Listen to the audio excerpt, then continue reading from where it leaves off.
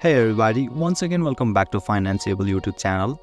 Today this video I'm going to show you how you can download ESPN bait in your mobile phone, so make sure you follow my step till the end.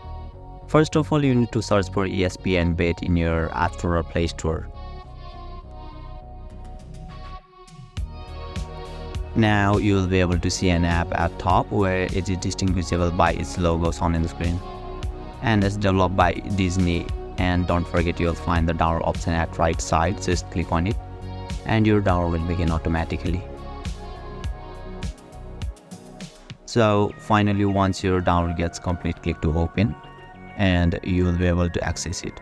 So basically this is how you can download ESPN bait in your mobile phone. And if you still encounter any issue during the download process, feel free to leave a comment and I'll be happy to assist you. If you found this video helpful, please give it a thumbs up, and if you are new to this channel, make sure to hit the subscribe button and set the bell icon to on so that you can stay updated with our latest content. Thank you for watching and I'll see you next time.